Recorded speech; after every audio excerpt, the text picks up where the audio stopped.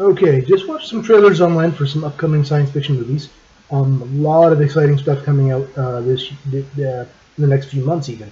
Um, but one of them that I'm not really excited for, and it's been a while since I've been excited for any of these movies. Basically, the last real good one I saw, and I know a lot of people disagree with me because they think X-Men First Class was good, but X-Men 2 was the last decent X-Men movie I saw.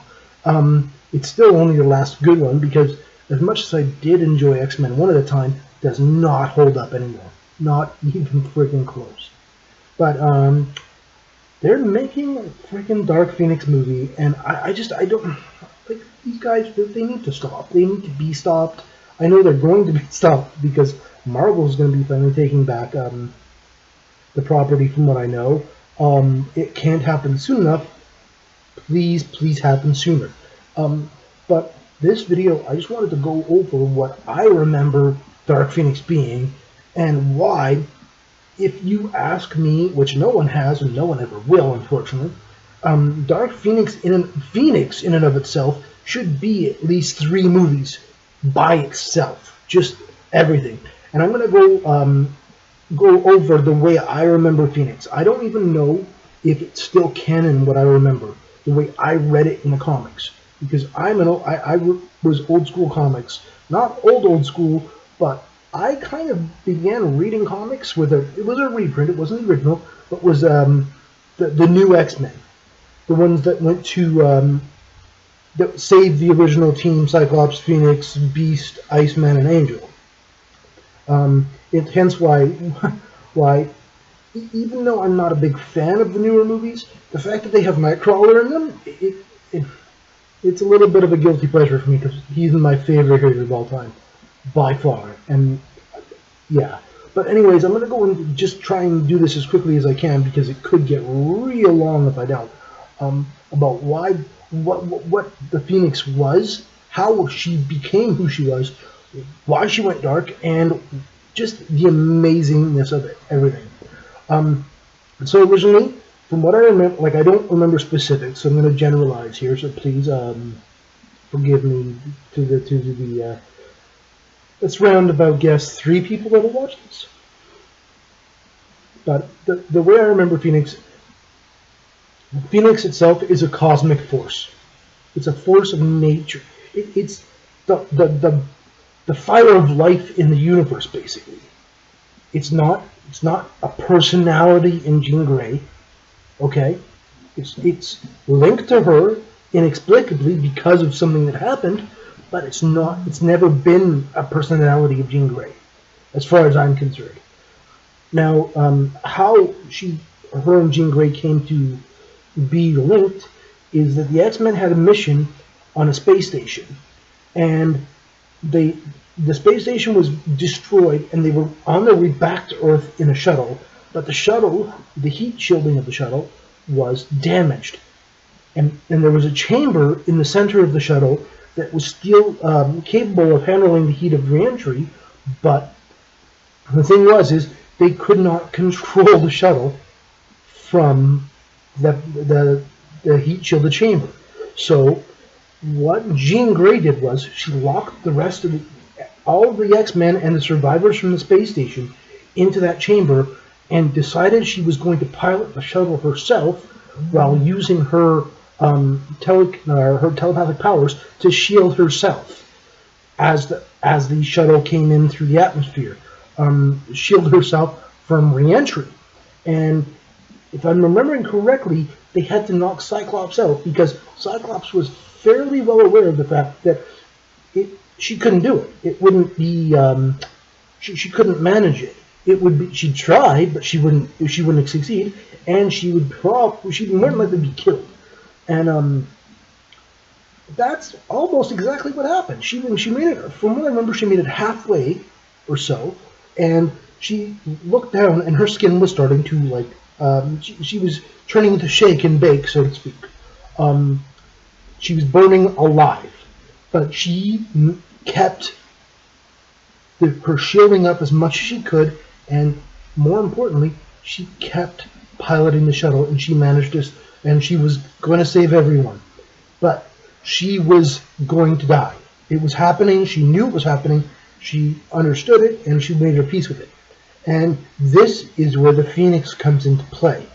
The Phoenix, being the force of life in the universe, sensed that the fact that she was such a powerful telepath, and the fact that she was sacrificing herself willingly, and it didn't understand. It wanted to know why she didn't want to live. And it reached out and touched her mind, and saw that she was doing this for her friends, but it still didn't quite understand. So what it did is it decided to try and understand, and it made a copy of itself. It made a copy of Jean Grey and put itself in the copy, and put Jean Grey, the real one, into a cocoon, because she was 3/4 burned to death, basically, and piloted and this was just as the shuttle was managing to crash. I believe it crashed in the East River in New York, and even though all the rest of the X-Men were surviving in the chamber, the shuttle crashed, and they all came out of the chamber in the water, swam to the surface, and everyone was freaking out, wondering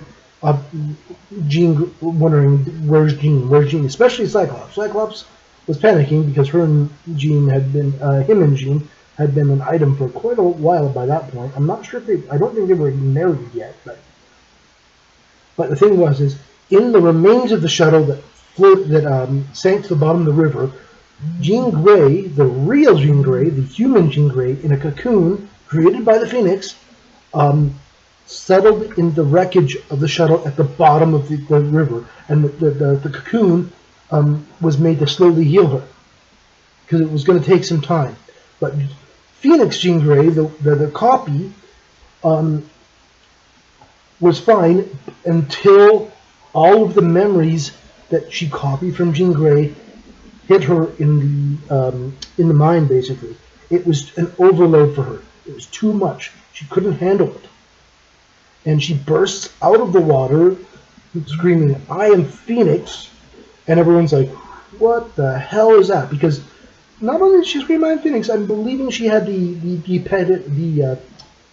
oh crap, what's the word? The firebird around her, the symbol of the Phoenix. And then that's when it kind of hit her in the mind that all of the emotions and all of the bad times, the good times, everything that they'd been through as X-Men. And that's when she passed out and collapsed into the water. And then the X-Men took her because they didn't know that Jean Grey that she looked like Jean Grey. She had all of Jean Grey's memories, and when she woke up, because of the trauma of all of those memories coming to her, she thought she was Jean Grey. And for quite a while, Phoenix, she also had more than, she had Jean Grey's abilities as well, because for Phoenix it wasn't a stretch to have that, basically. And then, we go through other things where she's with the X-Men for quite a while. Her and Cyclops are a couple still, because Cyclops is unaware that that's not the real Jean Grey. And then we get to a point where I believe it's the Hellfire Club comes and messes everything the hell up, because one of the Hellfire Club members, I can't remember his name exactly, I think it's Shaw, he brings out the evil in Phoenix's mind, in Jean Grey's copy mind, and makes her one of the queens of the Hellfire Club. And it's not until they beat him and they bring out Jean Grey's mind again, Phoenix's mind again, that basically Jean Grey Phoenix goes kind of batshit nuts. And this is when Dark Phoenix comes into play.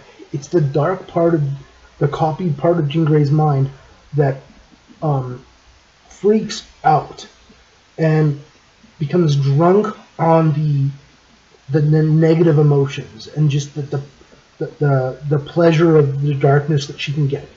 And it's partly this, because when she goes as dark as she goes, she leaves the Earth because to Phoenix, the galaxy's nothing.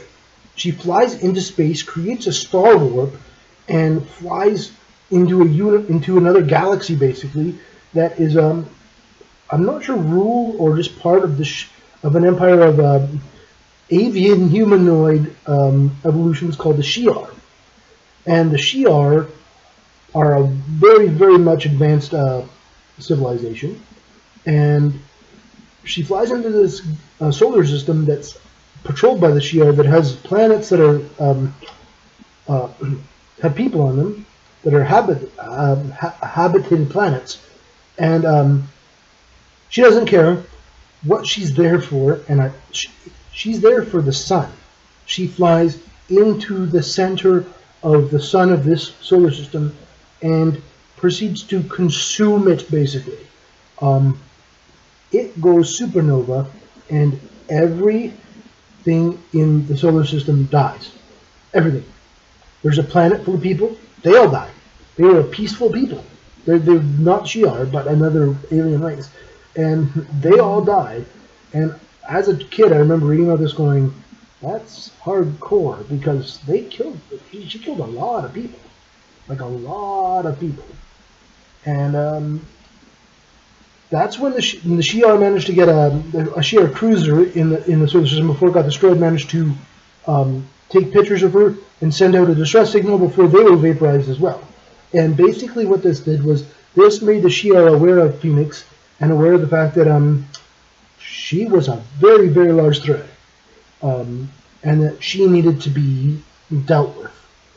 And this whole time, the X-Men on Earth, who she spanked pretty soundly, from what I remember, were trying to figure out a way to stop her. And they created it was like a psychic jammer that they thought if they got it on her head, it would bring out the real Jean Grey. And which they still didn't realize wasn't even her. And so when Jean Grey came back to Earth, because she was drawn there by her human memories, they fought her again. They got it on her mind for a minute. She laughed at them and called them pathetic, because to her they were. And that's when Professor X actually had to battle the Phoenix mentally. And Professor X should have lost that battle. Even he said it afterwards. He said, I should not have won that. She was too strong. And the only reason I did win is because the part of her that was still Jean Grey was actually helping him from inside Phoenix, inside Dark Phoenix. And they managed to exorcise Dark Phoenix and bring back Jean Grey in control. And then everything was almost good for a while, and not long, but then the Shi'ar showed up and similarly decided that she needed to be executed. They fought the Shi'ar, they lost, and Jean Grey, or Phoenix was vaporized by a Shi'ar cruiser, and all of the X-Men thought Jean Grey was gone, dead. And that's when it gets a little sketchy even from there, because they all mourned her loss. Cyclops married a clone of Jean Grey called Madeline Pryor, had a son with her, and most people don't realize who that son is. That son turned out to be Kato. And yeah, but then the clone died, and he was mourning the clone, and then that's when, ironically, the Avengers discovered something at the bottom of the East River. And that something, was a fully healed Jean Grey, the original non-Phoenix Jean Grey. And they brought her up, and they showed the X-Men, and then that's when the X-Men kind of freaked out. And, okay, we've mourned her almost twice now? And that is the abbreviated story of Phoenix and Dark Phoenix that I know, and that I still love, and that they continue to crap on, and I want them to stop. But anyways, that's just my opinion. I'm like I said, I have a soft spot for any movies that have Nightcrawler in them, so I might watch this movie. The comic book nerd in me gets so angry at them for even doing it, but I might watch it. I'm still not sure yet, but I am really looking forward to a reboot of X-Men now. I really, really am. Anyways, that's my half a cent about that. I don't know. To 3 people that watch this, maybe. I'm probably overestimating by 3 people. But I'm curious if anyone will agree with me. And tomorrow, maybe, I might do another video about my beef with Infinity War. Don't get me wrong, I didn't not like it. I just have a really big problem with something that they did that was key and vital to the story that everyone else seems to love that I don't think was very good. Anyways, that's it. Video over.